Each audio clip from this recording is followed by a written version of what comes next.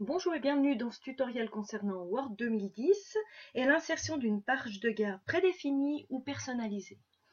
Ce document comporte plusieurs pages, mais ne contient pas de titre. Par conséquent, je vous propose d'ajouter une page de garde prédéfinie qui va nous aider, qui va nous donner un modèle qu'on n'aura plus qu'à compléter. Je vous propose également de faire l'insertion de cette page de garde en dernier parce que la gestion des entêtes et pieds de page que vous pouvez voir dans un autre tutoriel est plus facile. Donc on se positionne avec accueil, on affiche vraiment les caractères non imprimables et on se met sur avant la première lettre du document. Donc vraiment tout en haut à gauche, sur le premier espace, sur le premier caractère de notre document. Puis on va venir dans l'onglet Insertion et ici on a l'option Page de garde. Je vais cliquer sur la petite flèche et ici j'ai des pages de garde prédéfinies, des modèles déjà pré-complétés que je vais pouvoir choisir dans la liste et puis que je vais pouvoir appliquer à mon document. Par exemple, je prends ce modèle-là, c'est le modèle papier journal, il me suffit simplement de cliquer dessus. J'ai automatiquement cette page qui s'ajoute à mon document avant ma première page puisque j'étais positionnée avant le L de histoire dans mon document. Puis ici, il reprend un petit peu les paramètres du document et il vous écrit déjà un titre. À vous de personnaliser si vous voulez y mettre un autre titre. Hein. Par exemple, moi je vais mettre simplement le judo. Vous pouvez mettre un sous-titre. Et puis, vous pouvez taper encore d'autres éléments dans ces champs ici.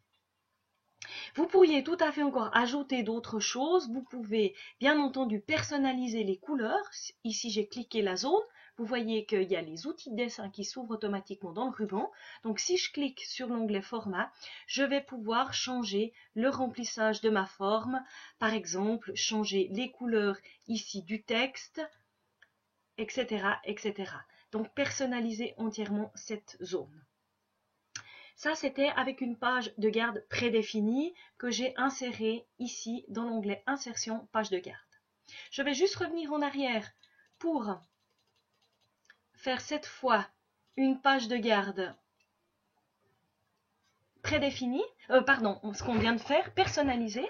Alors cette fois, c'est à nouveau dans Insertion, mais je vais prendre page de garde, page vierge. Cette fois, j'ai une page qui vient automatiquement vide, sur laquelle je vais pouvoir écrire le texte qui me convient, etc.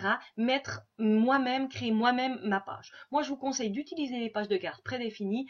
Il me semble que c'est plus rapide et puis on peut personnaliser, alors bien entendu, mais on a une facilité. Avec une page de garde vierge, on va avoir les entêtes et pieds de page qui vont venir automatiquement. Donc pour ceci, il suffit simplement de venir, si on ne souhaite pas l'entête et pieds de page, dans l'entête de la page 2, c'est pour ça que c'est un petit peu plus compliqué, et de cocher ici, dans l'onglet outils d'entête et pieds de page qui vient automatiquement lorsqu'on est dans l'entête, quand j'ai double-cliqué, et je coche sur première page différente, et on voit que les entêtes et pieds de page ils disparaissent. Je redouble-clique dans mon document et comme ça, je peux faire vraiment ma page de garde, ma page de titre sans en-tête et pied de page si je le souhaite.